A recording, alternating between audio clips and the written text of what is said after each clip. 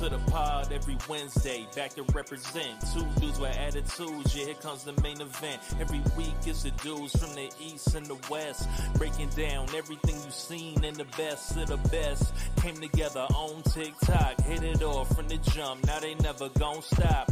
Shooting star, PRS, you can hit the follow. My wrestling opinion is someone you should all know, and they call him MWO. Yeah, it's rich on the flow, and I thought you should know. Two dudes in the mood that be dropping the jewels. This is not for the fools, this is just how we do. Talking WWE, no one is touching the team. Cool, calm, collected, the methods will be. You can hit the 5 stars when it's time to rate on whatever platform. Two dudes, get it straight, yeah. Welcome back to Two Dudes with Attitudes, a wrestling podcast. And as always, I'm Mr. MWO, the dude of Wrestle Talk. And I actually posted some TikToks yesterday. So check them out. I'm going to post some more. I'm back, baby. We're doing this. We're going full, man. We're getting this thing big now. I'm over it. I'm over waiting, being lackadaisical. We're going to blow this thing up. And as with me, as always, is the honorary dude himself, Mr. Shooting Star Press. What's going on, my man? Oh, living the dream, dude. Living the dream. Ready to rock and roll, talk some WWE. I've been looking forward to this episode all week. Yeah, you have, huh? I have, yeah. I've been ready. It was a big week. It was a big week. We've been talking about Payback being lackadaisical, but it hit. Raw had some moments. NXT, some big surprises. I mean, and we got a great segment today. So yeah, man, we're doing it all. As always, I'm dressed up in my Judgment Day gear. I feel like that's all I wear nowadays, literally in public. Nothing and on wrong this with podcast. that. Yeah. This is my mommy's. Yeah, mommy's always on top. I got the one with her on it because she turns me on. But then I was like, I like the one that Dom was wearing. There was two. There was one without her on it. That one looked a little bit more. I get a lot of looks whenever I wear my Rhea shirts. People on the streets are like, I get more looks with my Rhea shirts than I do with my Scissor Me Daddy ass shirt. Oh, yeah? That's nice. Serious. I think people are just like, mommy, huh? Like, yeah. Dude, I don't know if they're intrigued. Like, Scissor Me Daddy ass, they're kind of like, all right, this dude's, obviously likes dudes. But like this one, it's weird. What were you going to say? I was going to say, I want the new one that's out, the Monday Night Mommy. Oh, I want with the Raw logo. That one's dope. Well, at least I know I'm not the only one buying their merch, because if I was, they wouldn't keep making merch. But now they're making it too fast. I can't blow all of my, money. We got something to do because we got some good news coming up too that we're going to probably meet up again. So I got to save money for those tickets. And eventually we're going to sneak in and buy those Mania tickets because we going to Philly, baby. We're coming. Yeah. Philly, right? It's Philly. Yeah. WrestleMania's in Philly. And man, how fun is that? The two dudes in Philly, man. We are going to we're gonna blow that. For one, I want a Philly cheesesteak. For two, I want to see where Will Smith got beat up and had to move with his auntie and uncle in Bel Air. And I want to see, is that a real place? Is that a real basketball court? I don't know. I want to maybe we don't want to go to that basketball court. I don't know. That's why we can challenge the Young Bucks. Yeah. Should we just wait there? We're gonna be here for the next 28 hours doing a live podcast until y'all show up. That's right, and we'll beat them so bad they'll move back in with their mommies and auntie in Bel Air. Yeah, they're from where I am. They're out here. Yeah, so we'll send them they're back northern, right? Are they Northern California? I think so. California. Yeah. I'm from the good California. That's the Southern California. So, and our friend Mr. B-Roll is going to be at WrestleMania.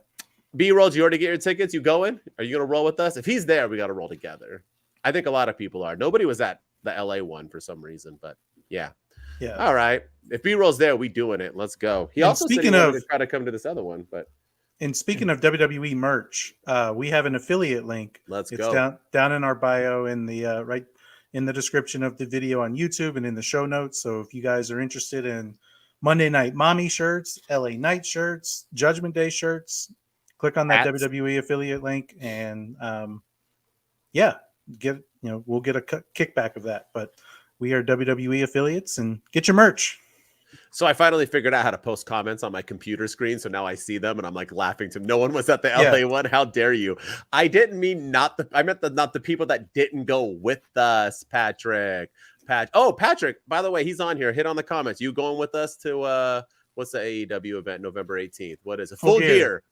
Patrick, I know B-Roll was saying it. Patrick, are you coming or what? Because Patrick's at least out here. He only has to, have me pick him up in my car. At the forum. He can, I wonder if he's boycotting Punk being fired. Is he? He's not He was no. Well, me and he's a him were Punk Jerichoholic, fans, though. but he's a Jericho fan. Yeah, just through. But he's going with me to Raw. So, but anyway, it's 5 minutes of jibber jabber. Let's get this party started. Right. You ready? Yes, you sir. ready? All right, we're gonna skip Raw, Friday Night SmackDown because we always skip before a pay-per-view or premium live event. And although we'll bring it up, but I want to talk about Payback, and we're gonna do highs and lows like always. Highs and lows. Yes, B-roll, you have a place to stay. High and roll. You can share a couch with Shooting Star Press. Settle up, partner. I got a huge couch. It'll be on both sides. Y'all will be good. Settle up, partner. Well, I'll shoot some live TikToks while you guys are sleeping. But man, if we had multiple people in my place, that'd be fun. Then we can it'd be fun. Now it's like a bachelor pad, so we'll do big things here. Yeah, now we can party. So, but anyway, all right. I want to start off with not only a high. We're gonna do highs and lows. Like that's what our new thing is with the pay-per-views. And my high is the high of all highs, my man. Free snuggles. Oh, don't bring it on. Yes, sir. Hopefully your wife doesn't watch our show, but if so, yeah, you getting some snuggles, my man. Neither of your wife. Hopefully none of your wives watch this. No. You cannot go see that MWO. No snuggles from that mustache. You're gonna snuggle with a guy you met on the internet? I'm like, yeah, what could go wrong? Tinder, hello. That's how you do it. Or is that Grinder? I don't know. Anyway, all right. So let's stay focused. Yeah. All right. Trish versus Becky. Now I want to talk about that because not only was this a high, this was like Afro Man high. You know what I mean? Do you remember Afro Man? Because I got high. Because I got high. This was like, we talked about this match, right? Because this rivalry was really fizzing out. It was kind of getting to a point to where we were bored of it, where we were just waiting for them to move on from it, and why they were both of them supposedly. I guess Trish was too mad that they got skipped over on SummerSlam, but I thought this was better. It opened up Payback. Payback needed a big match. This was a huge, big match, and they showed out. I've watched this match 3 times now. Literally went back on Peacock and rewatched it. I should have worn my thank you, Trish. I was going to swap out in shirts all day today because we got all sorts of people to talk about. But seriously, thank you, Trish. She came in, and I'm going to say this right now, and I'm going to get flack from all the AEW people who are listening to our WWE podcast today. But this was the match of the year for me. It's what? We're in September. This is 9 months. I seriously will say this was the match of the year for me. I thought overall this was the best match so far. And they did it without blood. Magic, right? You can have a vicious match, even though that welt on Trish's forehead was that hurt. Yeah. I said she got that welt and she was still finer than 90% of the women in this world. But still, nonetheless, that welt, and how'd she get that welt? Because Trish brought it. You didn't see any hands when she was getting hit in the cage. It's like Trish knew either this was her last match or her last match in a while, and she needed to kind of elevate Becky and elevate herself. But I think not only was this the match of the year, this was Trish Stratus's best match ever in her Hall of Fame career. Becky's, it could be up there as well. Becky's had some other bangers, but this might be too. That's how much I like this. It had it all. It had trying to escape the cage. It had pinfalls, submissions. It had the obvious Zoe Stark interference. It had the end with Zoe Stark's turning on Trish, with Trish being like, it's your fault, and Zoe knocking her out. And even Zoe the next day was like, yo, I got nothing but love for Trish, but you put your hands on me, you're going to get hurt. Like, it was just a nice little, it all just worked. Becky winning, Trish still looking like phenomenal. It was just overall just greatness. It really is. They paid homage to the first ever women's steel cage match by doing Victoria's move and Lita's move on each other at one point. It was just great storytelling. Like I said, I've watched this match 3 times. The time on it was perfect. Everything about it. Am I way off on this? Am I just getting off because it's Trish Stratus and Becky Lynch and that's like my fantasy, or am I like paying respect to these women and what they do in that ring? I thought this was the best match of the night, and I agree. I think it's up there for match of the year. It was all fantastic, and this is just further shows that these 2 women deserved a spot at SummerSlam, and the fact that this was moved to Payback, I think that motivated them even more to bring it and to show out, because they got bumped from SummerSlam. So maybe it was a blessing and a curse to be bumped, because I think maybe they wouldn't have gotten the right amount of time at Summerslam. That's what I'm saying. They would have been rushed, but I still think they deserve that spot. But But this was a great match. It was fantastic. The cage was perfect. They made perfect use of it. They didn't overdo it. They did some crazy stunts, but nothing too extreme or anything where it's just like, why are you doing this? This makes no sense. The welt on Trish's head looked brutal. All of it was good. Everything was good. Becky Lynch getting the win was the right decision. And now we figure out where she goes from here. And then is this the last we see of Trish? Will she be back to get retribution or revenge on Zoe Stark? Or is this the last we see of her until the Rumble, maybe WrestleMania? I don't know. But if this was her last match, that was a hell of a way to go out. That's for sure. Yeah, I don't think it's her last match. And if she comes back, I don't want her with Stark. I will maybe if she wants to be the heel and push Stark. But yeah, she needs to come back as a heel still. She needs to keep she was great as a heel. I love the thank you Trish gimmick. Mm-hmm. She deserves a couple of months off, though, if she wants to take a month off and come back and maybe ruin Zoe Stark's thing. But yeah, I agree. Yeah, I agree. So for me, my high is our boys and girls, the Judgment Day. They now, every single member, Rhea Ripley, Dominik Mysterio, Finn Balor, and Damian Priest hold gold. Finn Balor and Damian Priest won the Undisputed Tag Team Championships from Sami Zayn and Kevin Owens in a Steel City street fight, which they were wearing hockey jerseys for the Steel City street fight, which I get it. They're in Pittsburgh and they were wearing Penguins jerseys, but it's the Steel City, so they should have been wearing Steelers jerseys. But anyway, I was going to say the same thing. And how mad was Sammy, though? Because I'm assuming Sammy Canadian. Well, so is Kevin Owens. I'm assuming they're hardcore Canadian fans. Yeah, and Montreal. I don't know if their people were digging them in Pittsburgh Penguin hockey jerseys. Yeah, I'm sure football made more sense. Why not in some Big Ben jerseys or something? Yeah. That didn't make any sense to me. But I thought that was a great match. And you know what? They had blood in that match. And I think that made the match even better because they used it. It was spot on. It wasn't too much. It made Kevin Owens look like a little sadistic. He was like walking around with like blood coming out of his stomach. And he's like he's not going down no matter what the Judgment Day does to him. And it was just like, oh man, Kevin Owens is crazy.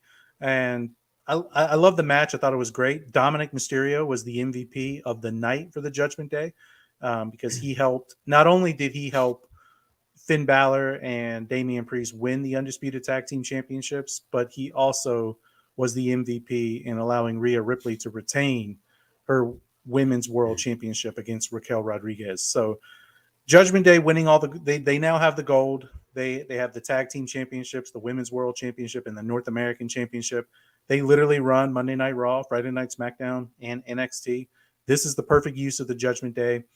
The JD McDonough stuff I wish they would either move on from that or advance from that. That's the only thing that's holding them back, I think. But I loved it. I loved the match. I thought it was great. I thought it was a little overbooked there at the end with JD McDonough coming out, Rhea Ripley spearing Kevin Owens through the barricade, Dominik Mysterio getting put through a table and all that stuff. But for the most part, the match was fine. And Judgment Day is now being booked as a strong, dominant faction, which is all we've wanted from this whole entire time. Yeah, this was done really well. And it was kind of like, you say overbooked. I kind of thought this was a situation where you have an overbooking that doesn't feel overbooked, right? Like, I just felt like they spaced it out enough with Dom, with, JD and Rhea. That Rhea spear was woo. Nice. Yeah. But just all of it, I thought it worked. And actually I kind of like the JD McDonough stuff. He's like that nerdy friend you have at school that trying to fit in, and it's just like, and he like helps them win, and then they just walk off as he gets his butt kicked and they don't care. And then he still came back. We'll talk about on Monday Night Raw. I don't know. I kind of like it. He kind of feels like, I don't know if you remember right before Sean got injured and left Degeneration X, the New Age Outlaws were trying to get in. And Badass and the Road Dogg were always like telling them like, hey, we're going to go beat up Terry Funk, rest in peace, and Mankind, and like prove a point and this and that. And they were trying to be those people in DX. And there was a time where they kicked their butts, or I think maybe when they did the dumpster thing and they came back, it was like, Sean, what do you think? And he was like, like, I kind of like that. It's like people trying to earn their place, and we'll see if they do or not. But I don't mind it yet. Obviously it will get old, once you do the same stuff over and over again, but it looks like we're getting a decision soon, and I think it's going to be him not being in it, but we'll get there. But Judgment Day did rule all. They needed it. This was the moment Kevin Owens is still hurt, I believe. And he went all out. That jump where he like used like a fan to do like his, moonsault or whatever off that fan was like, and then when he jumped, that fan was like, wow, like I helped that. It was like, crazy. It was just a cool, because that wasn't planned. It was just like a cool moment that Kevin Owens was like, yo, dude, I'm gonna hold you. Like, don't mess this up. But I loved it all. I liked the match. I like who won. I do support Dom. He was the MVP and even the MVP on Raw, but him coming out and that's his new thing. That's what he's got to do, is help people win. But I don't know, Raquel needing to be cheated kind of to lose. I texted you that. I didn't dig that much. I think Mommy is still that dominant person. I get Raquel needs a push. You can't beat her clean, so it makes sense. But I don't know. I didn't like it that much. I'd rather have seen Mommy just put it to where not need the help of Dirty Dom. But nonetheless, he was the MVP. Judgment Day is ruling all, and we'll go more into that when we preview Monday Night Raw. But man, what a night. The night they deserve. And look they do that, and after Monday Night Raw, this faction all of a sudden feels bigger than the BCs. It feels bigger than anyone again. Yeah, it doesn't take a lot to not losing is what it takes to make factions feel important in wrestling. So they do feel big and important right now. And we'll talk about it when we get to Raw for sure. But they even mentioned on Raw that they're bigger than the Bloodline now because they have all the gold and they're winning and they're dominating. They're down the dominant faction. So yeah, well done to the Judgment Day, well deserved, and hopefully they do them right and they don't start losing pointless matches from here on out. I mean, hopefully not. I mean, poor Chelsea Green came out and got her butt whooped for no reason. And she's a I don't tag understand team what champion. That was what was there's no other female wrestlers to get their butt kicked on the thing. But anyway, let's talk about the low. You ready? Yes, sir. My low. John Cena sucks. What was the point of John Cena on Payback? This is what John Cena did. He cut some awful comedy acts about being a referee and learning. This was when this wasn't. So he came out, he refereed, right? The match. He came out and talked to The Miz. That was on Payback, right? The him and Miz promo was not on Smack. That was on Payback, right? Holy cow, that was Cheese City, all of it. The Miz, The Miz had a couple good lines telling him he looks like a Teletubby. He's 40 years old and so just like a Teletubby and so on. Or what do you got to do? Don't take a mermaid act in a Barbie movie or whatever, a role. Funny lines, but what was did we have to kill time? We couldn't fit somebody else in that needed a match? You know what I mean? Or anything like that? Maybe Gunther and Gable could have been on Payback instead of. But anyway, nonetheless, I just thought John Cena now has made a couple appearances recently. His last one was Theory, right? Correct? And he came on and he wrestled Theory and he buried him on a promo and then jobbed to him in probably the worst match at WrestleMania. Yeah. Now he comes back again to host Payback and he cuts an awful promo with freaking Jimmy The Miz. Uso. Oh yeah. No, with The Miz. Yeah. Well, yeah, they did that. But yeah, so he comes. Yeah. Oh, where we didn't talk about SmackDown, but he also did that too. And I once again buried him. We can talk. We're going to talk about Jimmy Uso soon, but in a few. But anyway, so we have him once again come out and just embarrass The Miz in a sense. I don't know, and whatever he was doing, and then referee a match looking like a moron.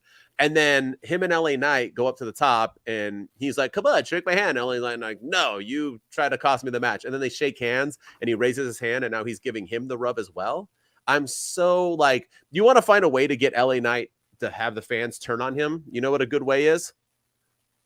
Having John Cena endorse you. Yeah, that's going to bury you in a heart. That's going to make the fans be like, I don't like LA Knight anymore. LA Knight's cool because he's like this, like you said, it's organic. It's just happening. The fans are just loving him. Trying to have him not be that is a mistake. And I didn't like anything about John Cena being on Payback. He didn't deserve to be on it. I understand you were talking about the pickets and the this and that. And so he needs to make some extra money, I guess, for another kitchen in his house. But this is atrocious. You've got to use him. Why is he never used to push talent? When was the last time John Cena was used to push talent? And I get flack for all this all the time. Santi battled me this on our podcast once. When does he push talent? Is this pushing talent? Did he push The Miz? Did he No. It's beyond me. Beyond me. Sorry, that's my rant. Go ahead. Yeah, I didn't understand what the point of him being there was. I feel like he took away from The Miz and LA Knight that whole match. It was the John Cena could cost LA Knight the match, and John Cena could cost the Miz the match, and John Cena, is he going to call it down the middle? Like it took away that was like one of the only matches at Payback that had solid build. That was one of the good matches at Payback where these guys had put in the work and were going at each other. And I feel like in just one night, they took that all away from them and made the focus all about John Cena in that match. Not only that, but the Judgment Day win the tag team titles. And then in the backstage, John Cena was also the backstage interviewer. And I forgot about that. He's acting like a buffoon as the backstage interviewer, and he's got a bow tie on, but there's no shirt, and he's just like using his nerd voice. Hey, yeah, I'm John Cena. Yeah, and like interviewing the Judgment Day, who after their big win, who just beat the team that main evented night 1 of WrestleMania. So it should have been a huge victory for the Judgment Day, and it was. But John Cena yet again took away from it with his stupid antics. So yeah, and then I think that made me more angry and pissed off than the whole inserting himself as the guest referee in the match. Just nothing he does right now is serious except burying talent. He comes back out of nowhere and buries Austin Theory. Theory didn't get a chance to redeem himself or defend himself after that promo. And, he beat Austin Theory or Austin Theory beat him at WrestleMania. But what did that do for Austin Theory's title reign? Nothing. Yeah. And then he buried Jimmy Uso on Friday Night SmackDown. The wrong Uso quit. Just what? Like you're burying all these talented guys, and Jimmy Uso didn't really get a chance to defend himself in that. And now you have John Cena acting like an idiot in a comedy gimmick at Payback in some of the most serious moments that they have. And I just was not a fan. I was not a fan, and I don't want to see John Cena on my screen anymore. If that's how they're going to use him. And poor LA Knight, dude. This dude, all his rest in peace to the late great Bray Wyatt. But his match with Bray Wyatt was like a gimmicky kind of like a Pepsi whatever match, and now has another big moment where he's kind of getting momentum, and then he has to wrestle with John Cena as his referee. Like it's just give this dude just like what are we doing here? Anyway, he didn't need to be the referee of that match. That match would have been fine, and I think it would have been a great match if it wasn't for John Cena. So, I agree. Yeah, I was not happy about that. There was another big miss, though. Oh, all right.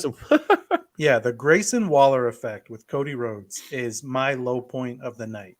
First of all, Cody Rhodes hasn't been on Monday Night Raw in the last couple of weeks, so I don't know what the heck he's been doing.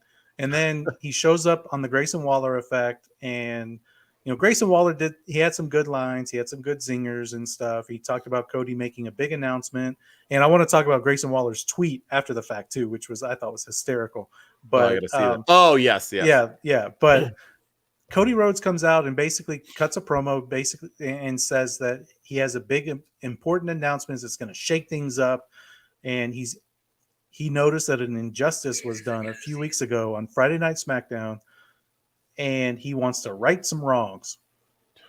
And so, ladies and gentlemen, the newest member of the Monday Night Raw roster, Jey Uso.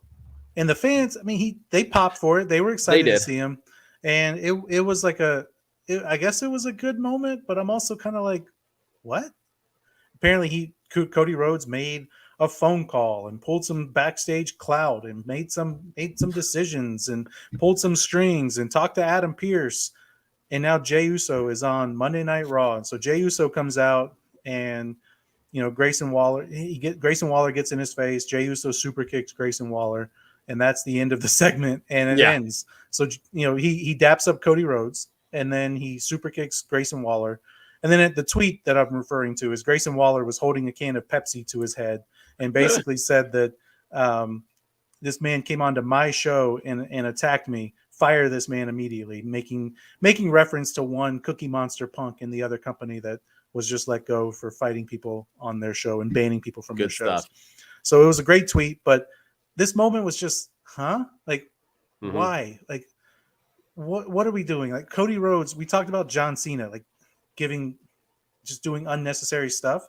This is Cody Rhodes. This was not necessary. And I know it's probably to tease to Cody versus Roman. The Tribal Chief's not going to be happy that Jey Uso's on Monday Night Raw, but does he really care? Because Jey Uso has attacked Roman Reigns several times. Jey Uso turned on Roman Reigns. So does Roman Reigns want anything to do with Jey Uso? Why would he care that he's on Monday Night Raw? I don't know. It doesn't make any sense. And I'll talk more about it when we get into the Raw recap, because I didn't like his opening segment either. But this segment was just, that's what it was. It was just like, I'm supposed to be excited about this. Well, and it's quickly ruining my Uso love, because love the Usos immensely, and they're one of the greatest, if not the greatest tag team ever. Oh yeah, 100%. And they separate. And what are we doing with them? We had Jimmy make a comeback on Friday Night SmackDown, and he literally got buried by John Cena, told that he wasn't important. Then he got put in his F5, or not F5, sorry, he got put into his finisher, right? And the so FU, then the FU, there you go, yeah, the attitude adjustment, whatever, it's changed its name, because of the FU. But anyway, he gets put into the attitude adjustment. And basically then he gets punked the rest of the night in the backstage. Everyone who walks by him basically shoves him. Who's the one that shoved? Oh, yeah. AJ Styles shoved him to the ground, was like, get out of my face, punk. He just got literally, you're trying to push Jimmy. And then he ends up siding with Solo, and now he's back in the blood. Like, what the hell is going on here? It was like the stupidest thing to do with Jimmy. He got bullied all night, literally got bullied by wrestlers, and then saves Solo and joins him again. And then Jey now is away. So now are we done with Jey and Roman? Now are we just going back to the bloodline again? And then even Jey didn't have a hot night, had an awful segment on here, and then you'll talk about it on Raw. It's just like, I don't know. It was, I don't know what they're doing with the Usos, but when tag teams split up, especially great tag teams, a la, the Steiners or the Rockers or things like that, the Hart, you're supposed to go ways that you blow up and become something big and become stars. And this was not that moment. So, and I'm not feeling it yet, but we'll see where it goes. But what's Jey gonna do? We'll talk, and I'm gonna talk about in that segment too, because someone tried to add him into a crew, and it's just like, I don't know what the heck is going on with Jey. That's the thing too. Like, he's only been gone for 2 weeks. Can you give us a chance to miss Jey Uso? Can you give us a chance to want him to come back, to chant his name when Roman Reigns is about to lose the title, and we want Jey to come back, and he doesn't, and then something else is about to happen at another event. We chant for Jey to come out, and he doesn't. Can you give us a chance to want him to come back? This just felt rushed. It felt it felt forced, and he was only gone for 2 weeks, and it's just like, and he went to Raw of all places. I don't know. Yeah. And why not have Cody's segment push Cody's next? What the heck is Cody doing? Yeah. Who's he wrestling next? Roman at WrestleMania 40? Like, who is he wrestling? I know. So anyway, it is what it is. Let's get into Monday Night Raw. You ready? Yes, sir. Monday Night Raw. Let's just keep with the bad. I'm going to talk about someone else who ain't getting booked right. Sorry, Triple H. I love the Triple H era, but let's talk about Shinsuke Nakamura. This dude wrestled Seth Rollins at Payback, which we didn't talk about. And the match was pretty good, actually. It was a pretty old school New Japan pro wrestling type of match. It had a good feel to it. But Shinsuke lost clean. Seth didn't have to cheat or anything. This was a clean loss, right? So he's either going to A, move on, or B, attack Seth again to try to earn a rematch. That's what the heels do, right? They either lose and move on, or they lose and cheat to win. Not Shinsuke Nakamura. No, Seth Rollins. So we saw behind the scenes footage after that Nakamura put it to Seth Rollins after the match, kicked his butt, whatever. So Seth is fired up. So Seth comes out and he's like, you know what, bro? You want a piece of this? Fine. I'll give you another title match. I'm going to give it to you right now. Get your butt out here. We going to do this. Shinsuke walks out, says a whole bunch of stuff in Japanese. And Seth's like, yo, I don't speak the native tongue, but I'm assuming that means yes. And he gets out to go kick his butt. And Shinsuke's like, no. And Seth, like he didn't know this was going to happen, was like, wait, no. We're going to wrestle right now. I'm giving you a title shot. You fought me again. This is what you want. Let's do this. And no. And it was probably the most confused. And then I'm thinking like, all right, well, obviously Shinsuke is just going to leave then. Like what was the point of even coming out? And then they kind of get into it and they have a little thing. And Ricochet, who earlier on was like, Seth, you don't have to be a hero because you're back, because we're pushing the Seth Rollins back thing. Like he's the only human being in the world over the age of 35 with back issues. And so He even hinted that like he was going to retire soon because did you see that in one of the promos? Yeah. He was like, I don't know if I could do this. I'm like, bro, you're like, shut up. You're good. Like, what are we doing here? And so then Ricochet comes out and saves him. So Shinsuke's like, all right, I'll fight you, Ricochet. All right, perfect. Let's, Ricochet's coming off a nice little Logan Paul loss. It's not like Ricochet's doing anything at the moment. So what does Shinsuke do? He gets it put to him by Ricochet and has to hit him with a steel chair to save himself from losing the match. So now Shinsuke has refused a title match, lost clean to Seth Rollins, and couldn't beat Ricochet, who just lost to Logan Paul. Now that's how you book, my friends. Thank you. 2 thumbs up from Stay thirsty. MWO. Yeah. That's Where am I wrong? Where am I wrong? Nowhere. That was awful. That whole segment was bad. And even the stuff with Seth Rollins where Adam Pearce, Seth, you shouldn't be here tonight. What are you doing here? Why are you here? You need to be seeing a doctor. All that stuff beforehand. And then all of a sudden he's out there cutting a promo and it's like, wait, he's not supposed to be here. So why is he here cutting a promo? And then, when is Adam Pearce going to come out and cut his mic off and say, you need to leave? But no, that never happened.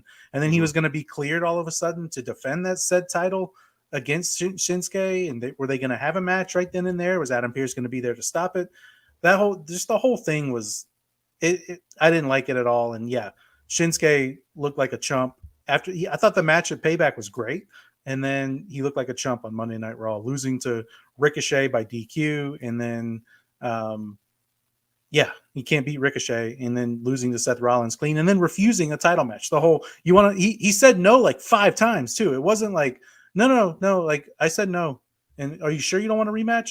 No. Are you sure? No. Are you sure? No. Like, what are we doing? This made if no he fights sense. Seth for the title, I'm gonna blow up because he literally turned it down. Yeah, like unless he was just turning it down tonight. But what? Yeah, stupid. Yeah, it was all stupid. That was. Tell us in the comments or hit us up on wherever and email it. Let me know where we're wrong. I want to see someone defend Shinsuke Nakamura's booking on Monday Night Raw. 2 Dudes with Attitudes podcast at gmail.com. Hit us up. Let's see it. All right. I want to go back to the Jey Uso stuff. So Jey Uso opened up Monday Night Raw. He has a new theme song, which sounds just like his old theme song. They just replaced Uso with Jey Uso Day One-ish. Is what it says. He says like Jay and Seth. Well, it started off very like, I forgot the music opened up kind of weird. I was like, who is this? And then it kicked in, but yeah. Yeah. And Jay, he came out, he looked good. He has a new hairstyle. He's got, highlights in the back of his hair. And so he looked good. And then, he cuts a promo. He kind of flubbed his words a little bit in the promo, which, whatever. That first time being on Monday Night Raw without his brother, first time being there in a long time, completely solo. And then Sami Zayn comes out. And Sami Zayn, which this made sense. And I don't know why I didn't like this segment very much because it made sense in the grand scheme of things. But Sami Zayn comes out, fresh off of his championship loss, by the way, comes out and he's like, hey, Kevin Owens isn't here tonight. He's not going to be happy about this. But I'm going to do it anyway. Welcome back to Monday Night Raw. I'm so glad you're here. And I just want to tell you, I'm proud of you for, leaving Roman. He's not been good for you. And now you're here. You can pave your own way. And I'm happy for you. And then, he extends his hand. Jay refuses to shake it. Sami's like, I understand. I'll be here whenever you're ready. And then Sami goes to leave. Jay calls him back into the ring and says, that wasn't very Usi of me, was it? And then they hug it out like Adam Cole and MJF.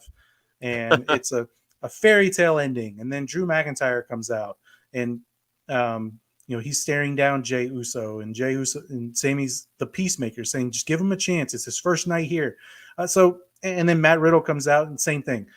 Jey Uso is not liked by a lot of people backstage because of his ties with the bloodline. And I like the storytelling element that Jay's probably going to have a redemption arc and he's going to have to, prove that he is a good guy now and that he's not this all be all end all bad guy that he was when he was with Roman Reigns. He was just doing Roman's dirty work for him. So I liked it, but I like that element of it. But I thought the segment was stupid. I got a phone call from Cody Rhodes, and I came to Monday Night Raw. First of all, you quit. So, like, you quit the WWE. Mm-hmm. You didn't think you could go to Monday Night Raw before you quit? Like, that wasn't an option. That was just, it took Cody Rhodes calling you to realize, oh, maybe I could go to Monday Night Raw and I could be a superstar over there. So I thought that made him look stupid. Number two, there was no Cody Rhodes to come out and explain why he called Jey Uso, why he brought Jey Uso back, why he's, all of a sudden, after getting his ass kicked by Brock Lesnar all these times and beating Dominik Mysterio for some unknown reason, and all the feuds he's had with the Judgment Day on Raw, why all of a sudden he's back into the bloodline picture, and why. I get that it's to tease to Cody Roman at WrestleMania 40. We might find out on Friday, right? Yeah. But we're like, that's a long way away, and I know Cody's coming back next week on Raw to probably to explain himself, but I just thought the whole segment just felt flat. Adam Pearce, saying we're gonna have to send serious draft compensation to SmackDown for you being here, so we're gonna have to make a big trade. First of all, who are you trading? Like, who are you trading to? Yourself? Oh, yeah. Like, we've talked about this. Like, Adam Pearce runs both shows. So it's like, hey, self, you took Jey Uso. That was a great get. But in return, I'm gonna need some Cody Rhodes. Get. Yeah. I think they talk about the executives. Isn't that what they're trying to hit at? I guess. Like the executives. Can we show some executives? Can we I don't know. Can we but it was just a stupid segment. And is it going to be Cody Rhodes that's traded? I don't know. But again, Jey Uso quit the WWE. You took him off the main roster page on your WWE.com. And I get kayfabe. They're doing that to sell the fact that he's gone. So isn't he technically a free agent? So you don't need to trade anybody to SmackDown. No. I don't know. I didn't like this whole thing. It's still just a moment for me than anything. And yeah. I wanted to like it. I like that they brought Sami back into the fold with the bloodline and everything, but this segment just did not land for me. Yeah, I mean, you hit it all right, and we talked about it too with Jimmy. I just feel like Jimmy and Jey are not knowing what they're doing, and you forgot to add in too a little bit of the, Jey. Everybody hates him, so not only Drew and them, but like everyone backstage, and that Adam Pearce had to say, you know what I mean? Like, it's not a lot of people are happy that you're here. Yeah, like. Okay. 100%. Like you're a wanted man. You got to watch yourself out. And there was even a part, so we'll get into it now since I'm going to fade into my next part anyway, but Dominik Mysterio. So Judgment Day's hanging out backstage and Dom's like, yo, I'll be right back. And he goes over to Jey and Jay's like waiting there. And there's like a what's he doing? Like, I don't know. Jay's always standing by himself. And like pacing. Yeah. Yes. He just like he does in the ring. He's always like why? There was even a sound in the background, like make like a bling bling bling, like that I think was accident, and he was like, Dom was talking, like looking around, like, sorry, bro, was that me? You think someone's gonna come at you?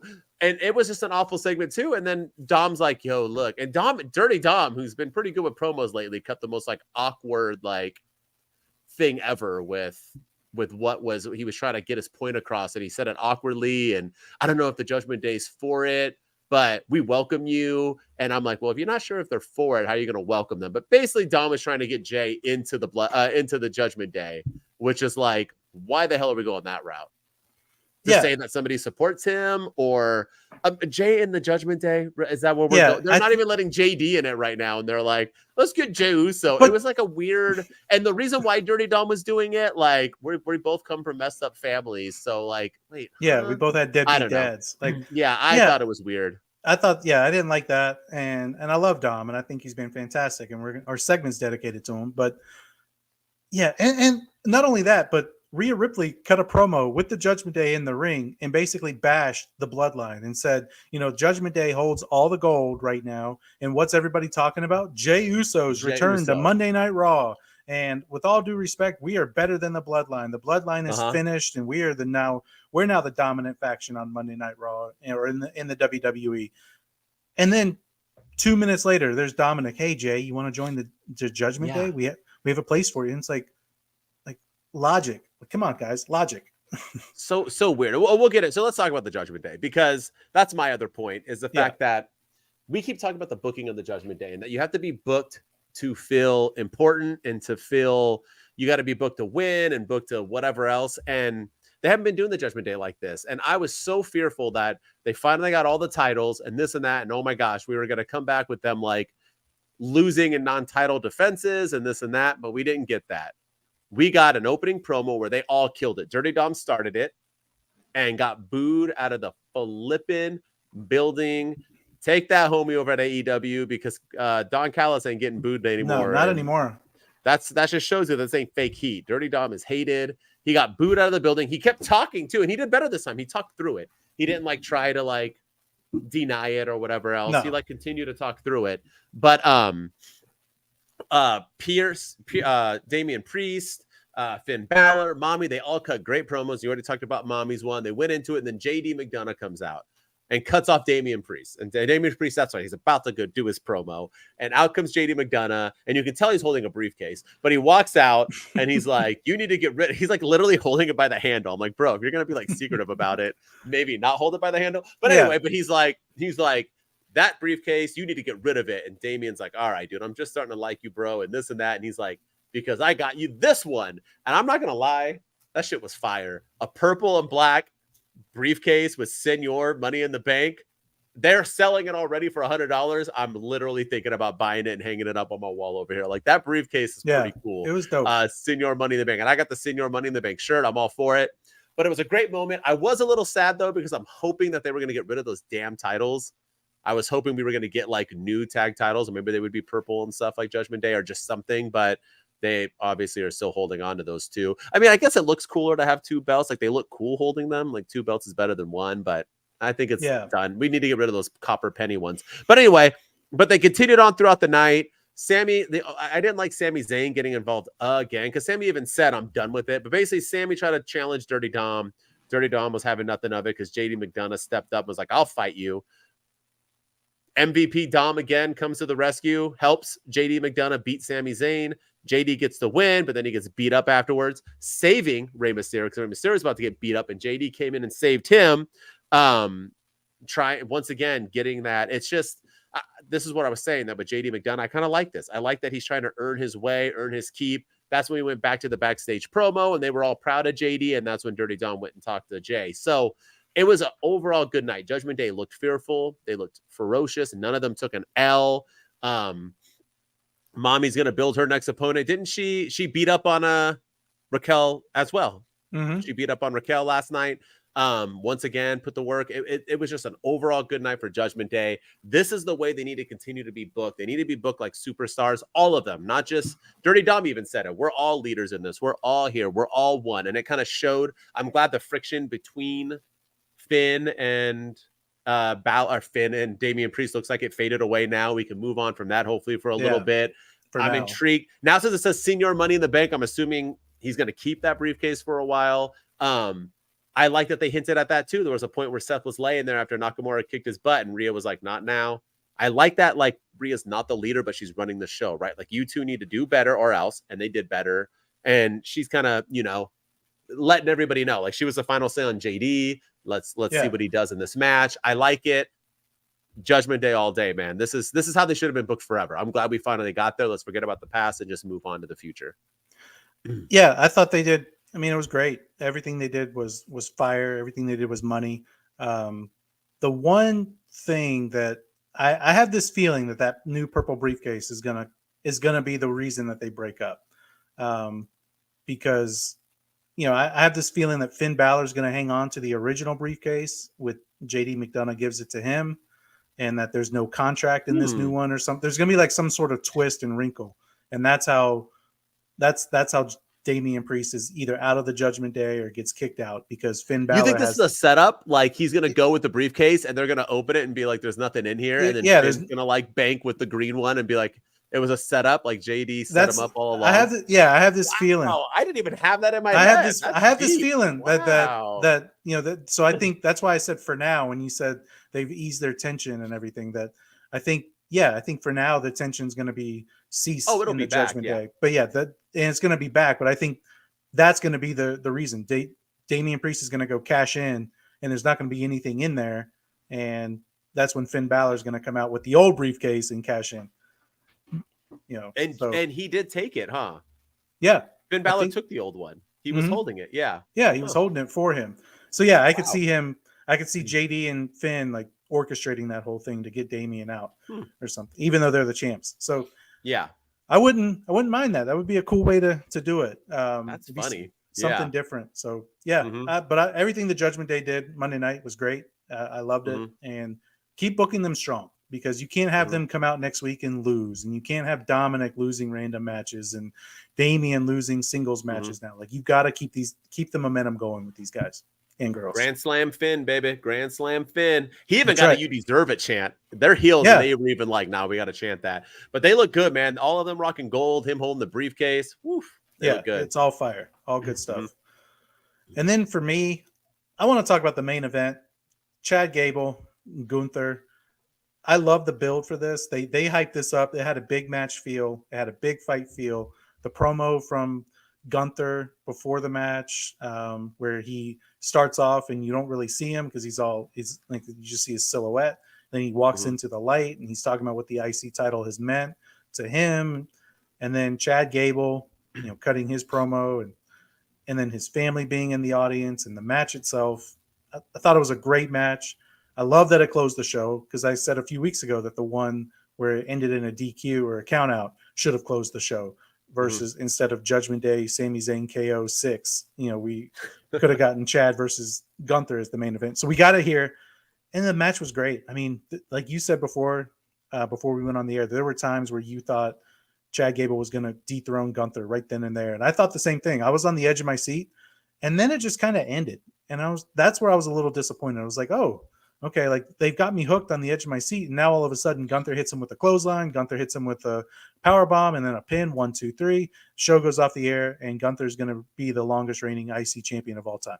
That's how it ended. And I felt like it should have been made a bigger deal that Gunther is going to maybe next week on Raw, they'll celebrate him or something to celebrate his title reign. But I felt like some confetti should have come down or something just to celebrate, just to make this feel like a big deal. I love that they showed Chad Gable's family crying when he lost. Real or fake?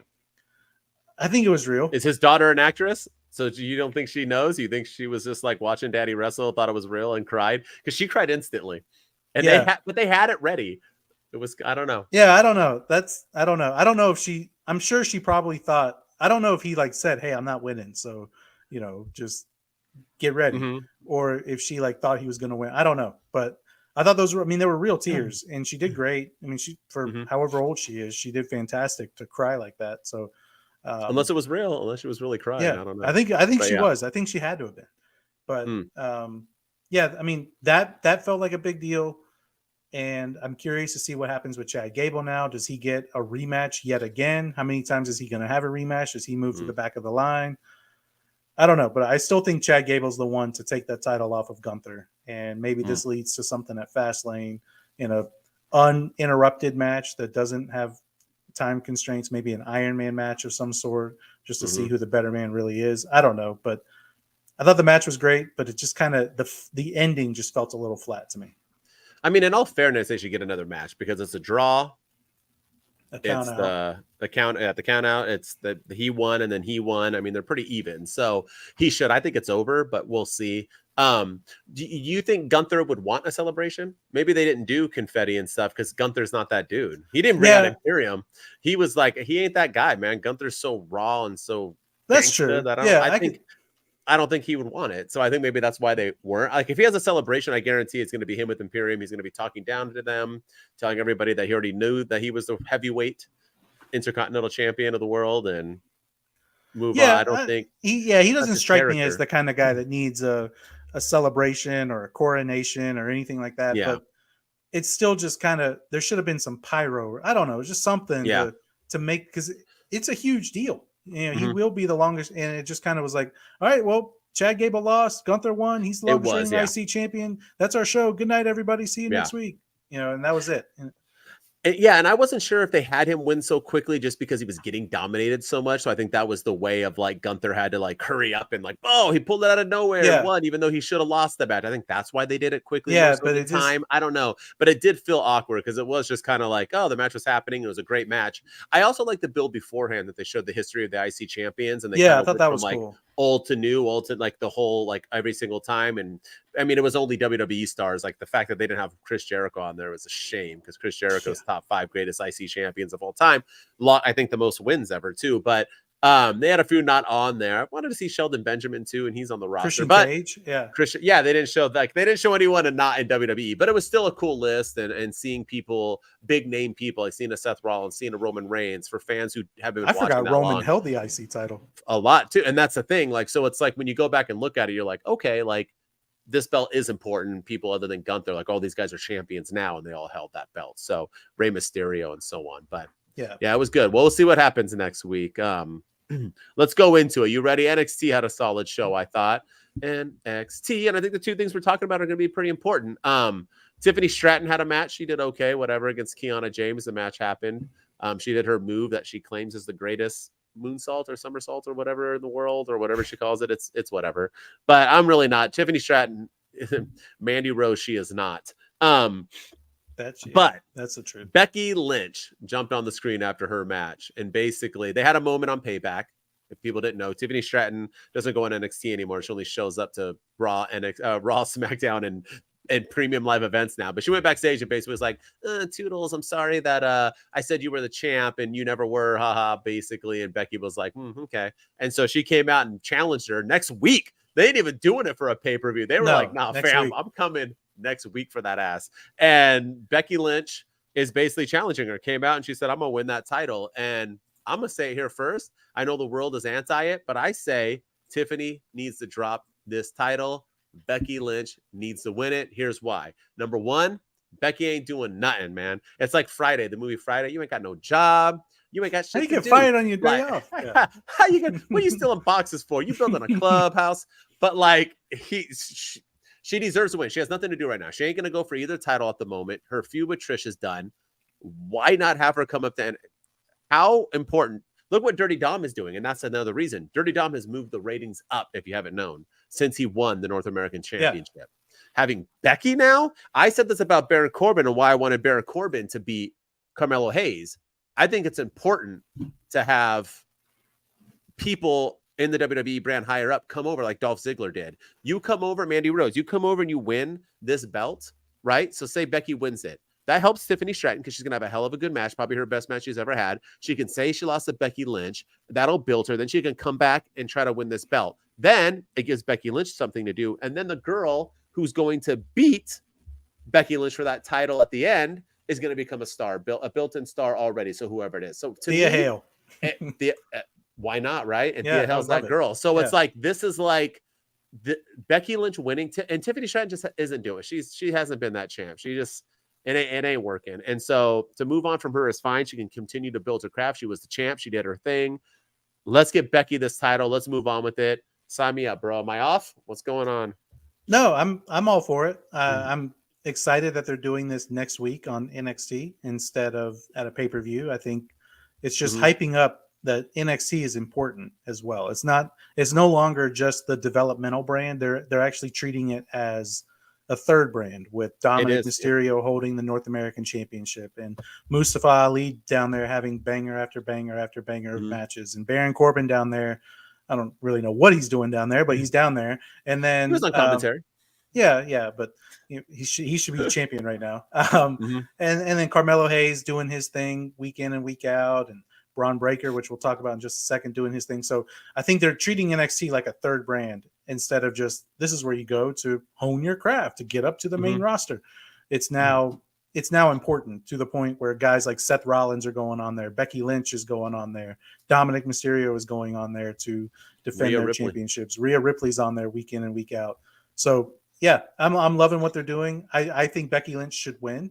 It would give NXT, some more clout and make that women's championship even more credible than it already is, with, a two-time main eventer of WrestleMania holding that title. The prestige, making that title even more prestigious. So yeah, I think Becky Lynch should totally beat Tiffany Stratton next week. And I think the only thing NXT needs to do now is have the tag champions wrestle on it as well. Remember, the women combined that one, but now it's all Chelsea and whoever. I don't know who the tag champs are anymore, but they need to defend. And I want to see Judgment Day. Yeah, but is she? She wasn't even there with her Yeah, this I week. don't Like, know. what's? Yeah. And then we need to see Judgment Day wrestle and defend those tag team titles against like the Creed brothers. And this is like a way to give people pushes. The tag team championships will be for all, so let's spread it around. But yeah, all right. Yeah. You said who you were talking about. Let's hear it. Hang on one second. I got to call the police. I got to report a murder because there was a murder that took place on NXT from one Braun Breaker when in his match against Von Wagner. First of all, you talk about hard hitting, you talk about intense, you talk about brutal, and yet again, the theme, take notes AEW, no blood. It was like this match, like I was like, oh my god, like how much more pain can these guys take? You know, he power bombed him through the announce table. They're just going back and forth. There was a hell of a spear through the wall. Yeah, it was all of it. I mean, it was just hard hitting match, and it was one of those old school matches, like the Terry Funk style match that we've all known to love over the years. But they didn't overdo it. I thought it was great. And then at the end, Braun Breaker, he grabs the steel steps and puts Von Wagner's head against the edge of the other set of steel steps and took the other set, and he hit him. He was going to hit him in the head with the steel steps, with like the edge of the steel steps, like the little part where the stairs meet, like it's like the corner of the stairs, I guess. He was going to hit him with that, and then the show fades to black. And all you can hear is, "What's he doing?" And you hear Vic Joseph being like, "That son of a bitch." And yeah, and then the show just ends. And I loved it. I thought, I mean, it was very Sopranos-esque, you know, the fade to black while stuff is still going on, making you wonder, like, what is happening? Did he really hit him? Did Von Wagner fight back? Like, what's really happening right now? Did he move? Did he get out of the way? And apparently when they turned the lights back on, like off screen, or I guess off the air, they showed like a WWE.com, I think. They wheeled Von Wagner out on a stretcher, and he had blood coming out of his head. So it was a pretty vicious attack, and yeah, like, the reason why I loved it so much is because I don't remember the last time WWE Monday Night Raw or SmackDown ended on a cliffhanger on something non-bloodline related. What's next for Roman Reigns? What's next for Jey Uso, Sami Zayn, Cody Rhodes and Roman? This was the first time it was like, okay. And it happened on NXT. And it makes me want to tune in next week to watch, to see what happens with Braun Breaker. Is he going to be suspended for this malicious attack? Is this how they write him off of NXT and he goes to the main roster now and he's running, he's doing the same stuff there? Is he a loose cannon? I'm curious to see where it goes. I'm curious to see what happens with Von Wagner from here. But I love this. I thought it ended perfectly, and it makes me want to watch next week, which that serves its purpose. Yeah. So it just faded to black. The arena didn't go black, correct? I don't think so. Yeah. So everyone at the arena saw what happened? That's what I was confused on. Yeah. That's my understanding. I don't think the lights just turned off. I don't know. Yeah. Either way, if it's murder, then somebody is being tried for helping him, because if you're turning off the lights, you obviously knew he was about to murder someone. So now you an accomplice, my man. But I like it. And the whole match was good. And like you said, it was just different. Like, do we need the lights off, this and that? No, but it worked. And it was fun and it was impactful. I am intrigued now to turn back in next week to NXT to tune in. That's helped as well. Braun Breaker's been kind of stale for a minute. Now his beard's a little bit more dyed like I do, my facial hair, and he came in a little bit meaner. So, I mean, Von Wagner's been kind of left in the dust, kind of being this dude with brain damage as a kid or something, and hasn't really been winning matches. I think this elevated him and helped him. He tabled him like he said he was going to. The move through the wall. And it wasn't a spear, it was like a push, right? I forgot what it was. But anyway, it was like a freaking Braun Breaker through that wall. And those are always fun spots. It was just good stuff, good TV. I liked it overall. And it was a great way to close out NXT. So NXT started off with a bang, ended with a bang. It was good stuff. And it makes me want to watch next week, which again, 100%. That's well, yeah, because then you got that. You got Becky and Tiffany. Who's not tuning in next week? Yeah. It's like NXT's must watch. So, all right, man. That was the week in review. We did it. We did it. Good stuff. Next week will be, hopefully as exciting. We'll cover SmackDown again, Raw and NXT. And we'll see where all of this is taking us after Payback and after everything else. And maybe we'll have new champions in NXT. We'll see. But now we're in our segment. You ready? Yes, sir. And what's our segment? I'm going to let you do this. What's our segment about? We have a little funness going on here today. So what's happening? Payback. They made mention of this on Monday Night Raw, but Saturday was Payback, and that was the 1 year anniversary of Dominik Mysterio, Dirty Dom, ex-con Dom, Dominik, the man. That was the 1 year anniversary of him turning heel, turning on his father and Edge at Clash at the Castle. And so today, to honor Dominik Mysterio's heel turn, we're going to do top 5 heel turns in WWE. So what are our top 5 favorite heel turns in the WWE's history? Where do we rank Dirty Dom? Is he up there? Is he in the top 5? You have to tune in and find out. I guess so. I didn't even think, you know what? No, never mind. We'll see. But top 5, we don't ever go over this beforehand. So we do preview our show always to make sure we don't cover the same stuff. But in our top 5s and stuff, we never do. So we'll both be surprised. We have no idea. Mine, they usually look a little bit different because I'm so much older than Shooting Star Press. So my heel turns go a little bit further back. Let's see how close we are on these 5. But I do want to say major props to my boy Dirty Dom. He is the biggest heel in the game. From that moment that he kicked Edge in the ding ding and clotheslined Rey Mysterio, how much he's grown from today when he was over there, getting heel heat on his mic promos, being the North American champion.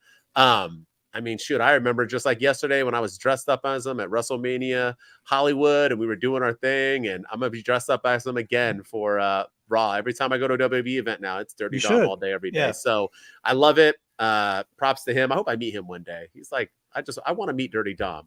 We need to start that. Let's get me meeting Dirty Dom. I started his fan club, Dom fan club. I want to meet that cat. I want to take him out to dinner, take him to a nice. I'll get him some. If you didn't know, he only eats chicken tenders. So that's what I just found out. I don't know if you saw that on TikTok. No, I didn't. I need to. So the Bump interviewed the Judgment Day, just Finn and Damian Priest, and they asked them like, who's the most this, who takes this, who's like the nerdiest, and it was who's the pickiest eater. And I was going to post it on my TikTok, and Finn Balor said, "Oh, it's Dominik Mysterio." And she goes, "Really?" And Damian Priest is like, "Yeah, he only eats chicken tenders. He's an infant." So I'm going to start that new diet where I'm going to just live my Dirty Dom life, and all I'm going to eat is chicken tenders moving forward. Yeah, that's awesome. And we'll see where this goes. Fried food. The guy still looks good. But anyway, all right, top 5 heel turns. We go number 5 on the way to number 1. I feel like Shooting Star is going to be surprised by my list. I think he knows what my number 1 is. He probably thinks I'm going to put Dirty Dom in it. But let's see. Yeah. You start number 5. No honorable mentions. Forget that madness. Let's go. Number 5. What you got? I'm going to cheat a little bit. This one's not really like an actual heel turn, but it's a heel gimmick. I'm going with 2003 Hollywood Rock. And man, you look back on that stuff. Is so like that when he was, I guess it technically is a heel turn because it started at WrestleMania 18 when the fans, when him versus Hogan, you were there when the fans were divided in Toronto, when half the audience was booing The Rock and half of them were cheering for Hogan, and The Rock took notice of that and he turned that into his character. And then at SummerSlam 2002, later that year against Brock Lesnar, they really let it be known that they were unhappy with The Rock because they felt betrayed that he was leaving the WWE to go make movies and leaving his wrestling career behind, and they were booing him, and they were so happy that Brock won, and Rock took notice of that, and he turned all of that into his Hollywood Rock gimmick. And from just his promos to the via satellite stuff to like his rematch against Hulk Hogan at No Way Out 2003 was really the launching pad of Hollywood Rock, to the Rock concert where he's ripping on Sacramento, and he's like just all of it. He's like one of the lines I wrote it down in the Rock concert was leaving Sacramento. I won't stay. I'll be sure to come back when the Lakers beat the Kings in May. And the heel heat that man got for that comment in Sacramento. Well, for those of you that don't know, that was I mean, that's controversial because the Lakers, and the Kings had a huge NBA playoff series in the late 90s, early 2000s. Multiple years. Yeah, multiple years. And then there was the whole Tim Donaghy, the referee that, he was reffing that series and should have won the Kings should have won game 7. And, yes, they should have. Oh, yeah. But The Rock just turned that. And the crowd wanted to cheer for The Rock, but they they were booing him for the first time, and because he had such charisma, and even some of his lines like "faster than a bull, stronger than a buck," biggest thing to hit Canada because the Maple Leafs suck. Like you go to Canada and you rip on their sports teams, they're going to tear you a new one. And Rock was just so charismatic. So Hollywood Rock is my all-time is one of my all-time favorite heel gimmicks, and I wish he would bring that back when he comes back. Maybe. Well, probably not, because they're probably going to face off a Roman. But that was a good one. I didn't expect that one. Nice way to slide that in. And disclaimer: these aren't the top 5 heels of all time. These are the top 5 heel turns of all time. Right. So that's different. Just so you guys know. All right, my number 5. You probably don't remember because you're just a baby, but Sergeant Slaughter turns on America. And why is this my number 5? So if those of you don't know, Sergeant Slaughter was an all-American hero, legitimately. So much so with his gimmick that he literally is a G.I. Joe. G.I. Joe, it was not Sergeant Slaughter G.I. Joe first. It was Sergeant Slaughter WWE first, then G.I. Joe paid the rights for him, and he got a huge contract to be a G.I. Joe character. Those of you who don't know G.I. Joes, they were old little like army figurines back in the days. They had a TV show, cartoon. They were great stuff. But Sergeant Slaughter was, and he was a big, big deal. Ultimate Warrior beats Hulk Hogan at WrestleMania 6, and Warrior is like off the chain. I don't know. Him and Vince don't get along. He's wacky. This guy was supposed to be the superstar for the next, 20 years probably. Hogan was supposed to pass the torch. And whatever happened, they wanted that belt off Warrior. We were in a little war, Desert Storm, the Gulf War. And at that time, and what did they do with Sergeant Slaughter? They turned him into an American-hating Iraqi lover. He paired up with, did he pair up with, rest in peace, with,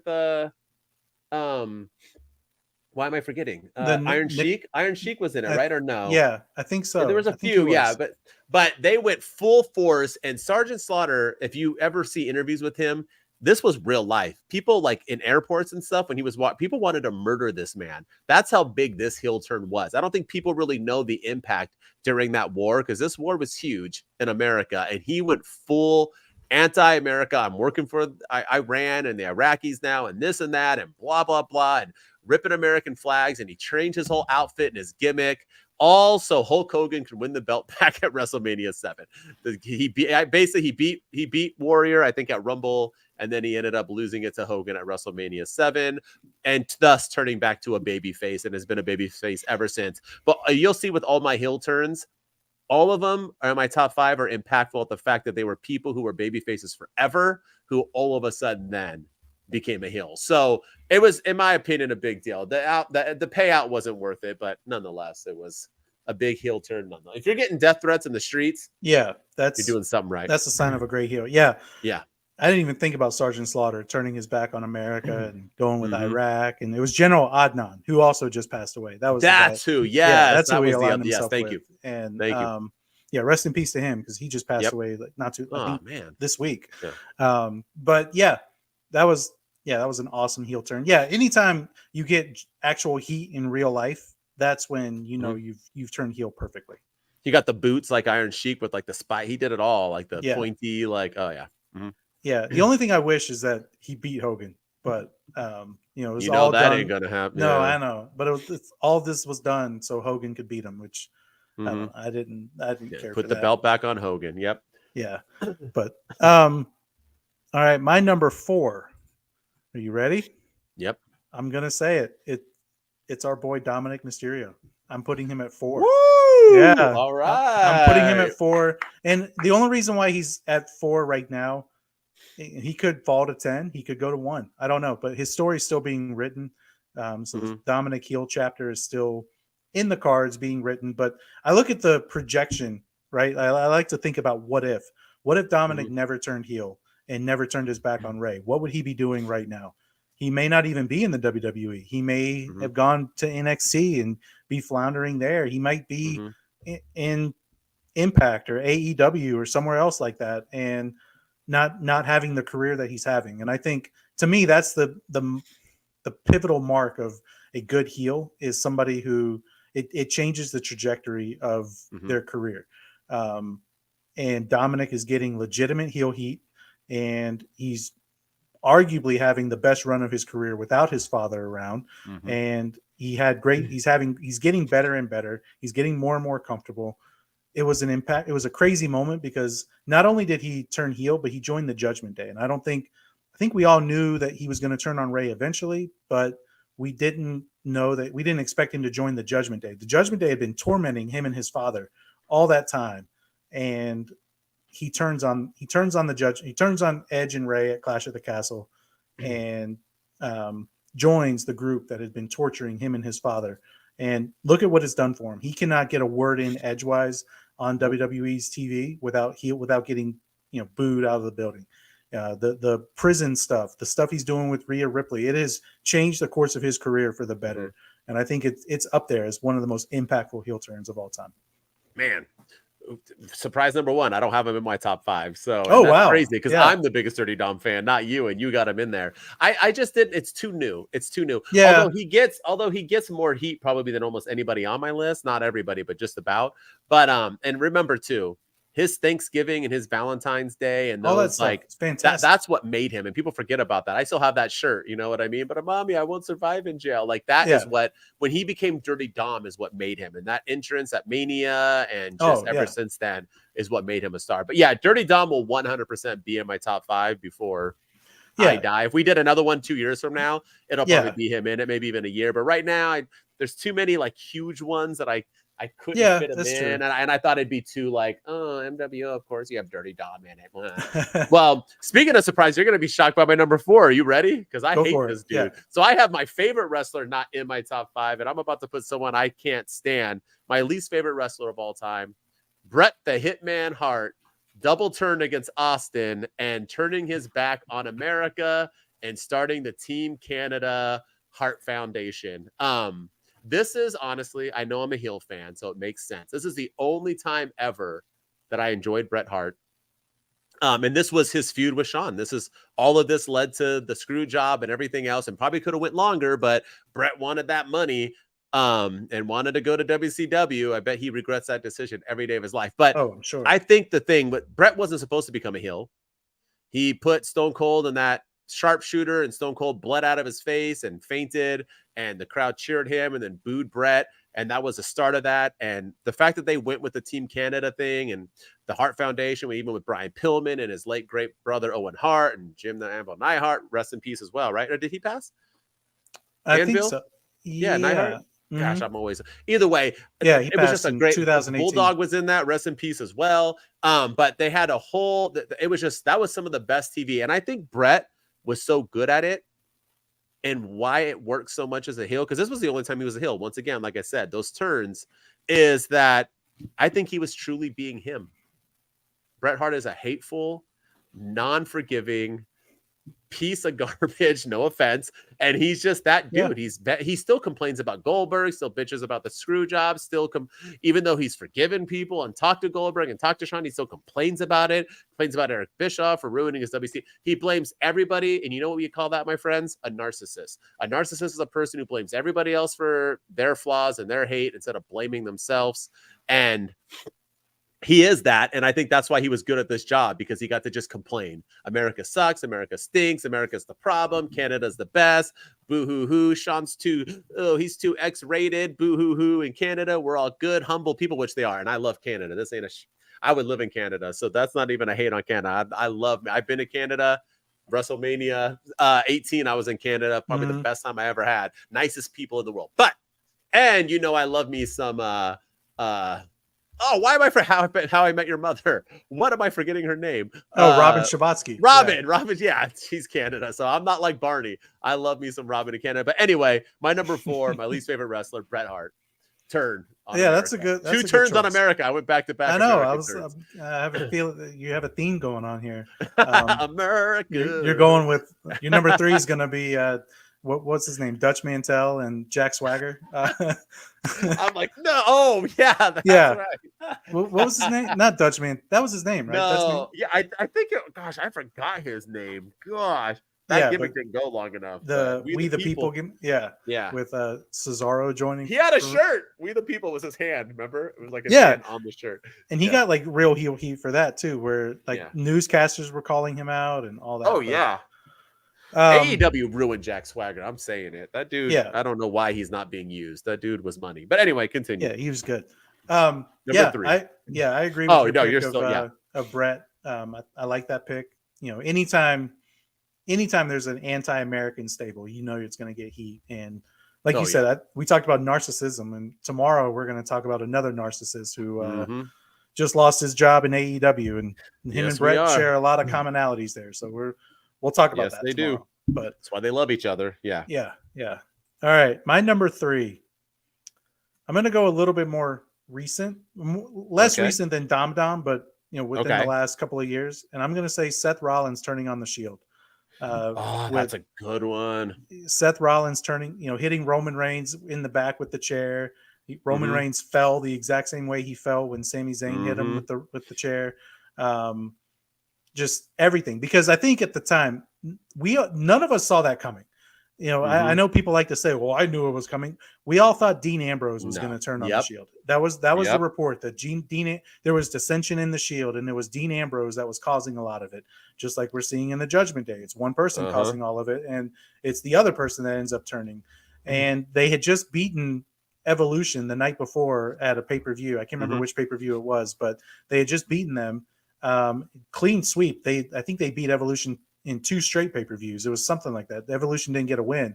And this was Triple H, Batista, and Randy Orton Evolution.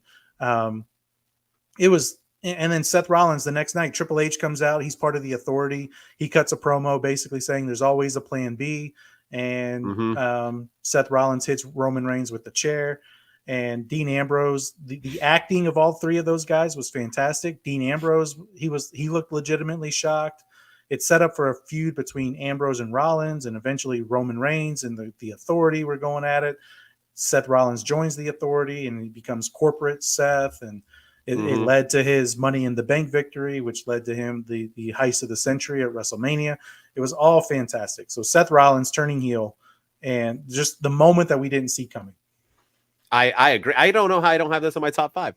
How did I keep the Shield? Dirty Dom and the Shield I kept on. I mean, I had it on my list, but trying to make this list, like I said, it's tough. I'm old school. But that people now can say Seth. No one thought Seth was literally the least important person in the Shield. No one thought of at that moment. Seth Rollins was nothing. He was nobody. Dean was somebody. Roman obviously was somebody. He was not even like talked about, and then he did that turn that made his whole career. And I remember when it happened, I was like, I'm like, why Seth? Why not Dean? And now I like love Seth, and I don't even barely like Dean, but I'm like, man, why not Dean? I was like so bothered by it, but it just worked. Seth being his hair 2 different tone colors and everything after sense. That is the rest is history. But damn, that moment made him, and that is an awesome heel turn. I agree. Yeah, it was great. I agree. One of the best ones.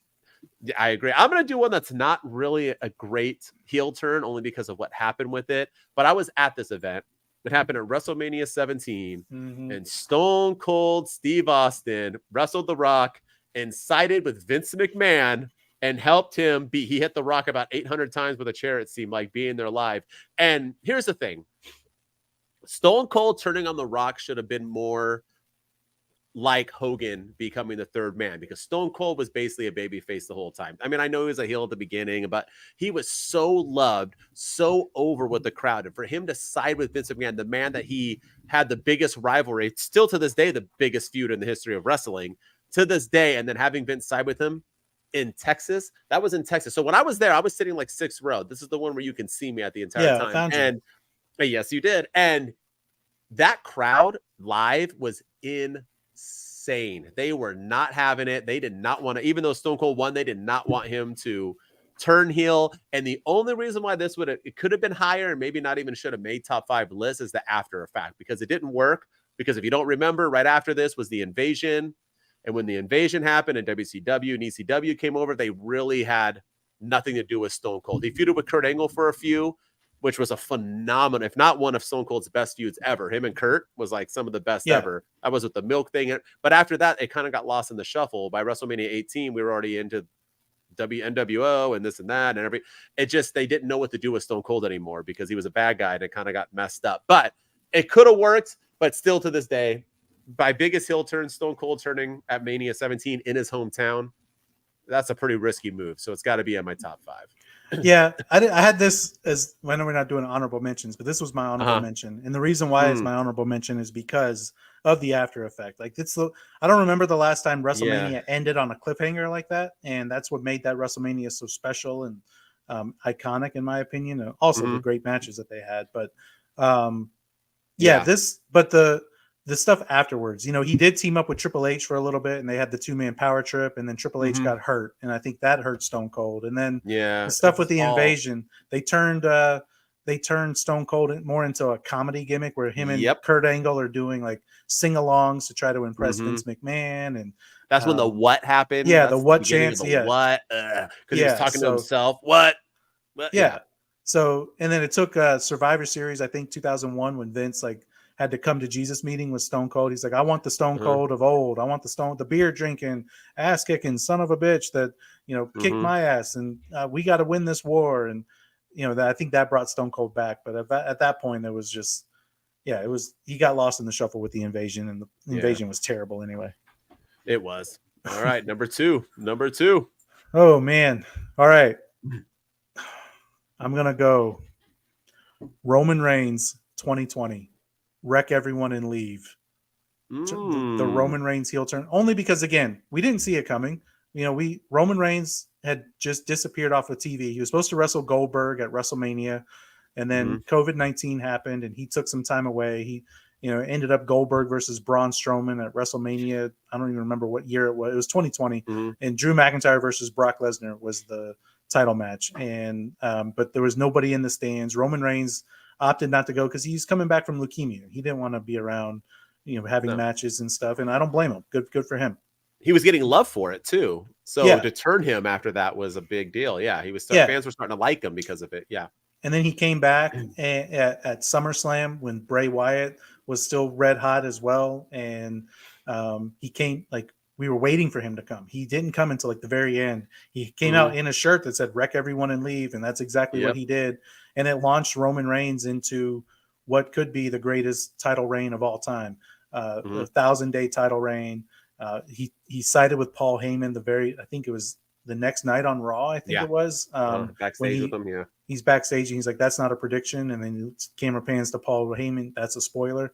Yeah, it was just the start of that. Nobody thought Roman Reigns was ever going to turn heel. Everybody thought Roman Reigns was being shoved down our throats. They thought he was the John Cena. They're not. He moves merch. He's the new face of the company. He's the guy that the kids want with Make-A-Wish. He was doing all of that stuff. He had leukemia. He came back from leukemia. He's the big baby face.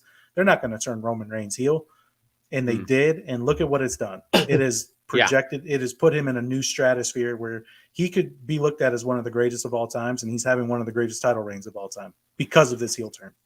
It's a good one. Another one I probably could have had on my list, and I did. That's a good one. All right, my number 1 and 2, I always go back and forth with, and I always put my favorite at number 2. I don't know why, but HBK is born. Shawn Michaels puts Marty Jannetty through the barbershop That's your number window. 2. Wow. That's my number 2. Barbershop window. It changes the wrestling world forever. That moment, Shawn was a rocker. He was kind of getting cocky a little bit, but not really. They were having their little things. Brutus and Barbara Beefcake had a talk show like Grayson Waller did, and it was a barbershop, so there was a glass window. Wink, wink. And Shawn super kicks him in the face and throws him through the window and then rips a magazine in half of them being a team and rips it in half. It was a great moment, and that was the day the greatest wrestler of all time was born, basically, and changed the game forever, man. It has to be number 2 just because the number 1 is, I just feel like it has to be number 1. But yes, but number 2, Shawn Michaels, throwing Marty Jannetty through the barbershop window, man. Changed the game forever. Yeah, that's actually my number 1. There it is. All right. Shawn Michaels throwing Marty Jannetty through the table or through the glass window. They tried to replicate it so many times. That's when it's they just did it in NXT with Gigi Dolan and JC Jane, and they've done it so many other times before that, but it's never the same. And these guys have been fantastic, and it launched HBK into who he is now and who he was in the 90s. The sexy boy and Heartbreak Kid. That was everything. So that was, and again, people didn't see it coming. It caught everybody off guard, and look at him now. All right. And speaking of catching everyone off guard. My number one of all time is Hulk Hogan is the third man of the There you go. NWO. I to this day think Hulk Hogan is not only the biggest babyface of all time, I think he's the biggest heel of all time. You had to be alive to watch it and to really witness it. But when Hulk Hogan walked out in his Hulk Hogan gear, his yellow and red, and leg dropped Macho Man and ripped his shirt off and did the whole thing and talked to the crowd and said, "This is the new world order, brother, of wrestling, brother," and did his whole thing. That was the first time ever I saw stuff being thrown into the ring. They were having bottles and food, and it never let down for the next like 3 years or 2 years of the NWO.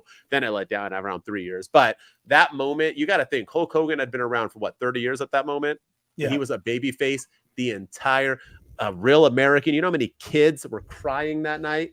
How many everything? I was in high school. And Hulk Hogan was dead. WCW signed Hulk Hogan, Eric Bischoff, hoping that he was going to become this huge star again like he was in WWE, and fans were bored of him. Hogan was bored. Everyone was sick of it. Nobody wanted it anymore. How do you make him a star? Hogan didn't want to do it. It was supposed to be Sting. And that moment changed wrestling forever. NWO, Hulk Hogan, black and gold. He started doing the beard, painted on, doing the belts and everything else. Yeah. That brought Hogan's career. Nothing better. That has to be number one, in my opinion. Hogan, the third man, brother. Yeah, that one. Yeah, it changed the landscape of wrestling. Your top five. Yeah, I know. And without that, WCW doesn't win 83 weeks. It is what it is. That's true. That's true. Yeah, it really did change the landscape of wrestling. It made WWE get better as a result because they had to straighten up their stuff. They had to change their programming around, and hence the Attitude Era being born. So DX and everything else. All of it. Yeah. No, that's a good pick. That's a good pick. I like that pick. All right. That's our top fives. Let us know. Like Shooting Star always says, shoot out that email. He'll let you know what it is. Do it in the comments. Post in the comments. Let us know how we did on our heel turns. I might post it on TikTok too to get a little more love and say we posted it on here. So as always, yes. But keep tuning in. We're going to be back tomorrow. Same bat time. Same bat channel to talk about all things AEW. And holy cow, we got a pay-per-view. We got a firing. We got a dynamite. We got all sorts of stuff to talk about. So it'll be interesting and fun.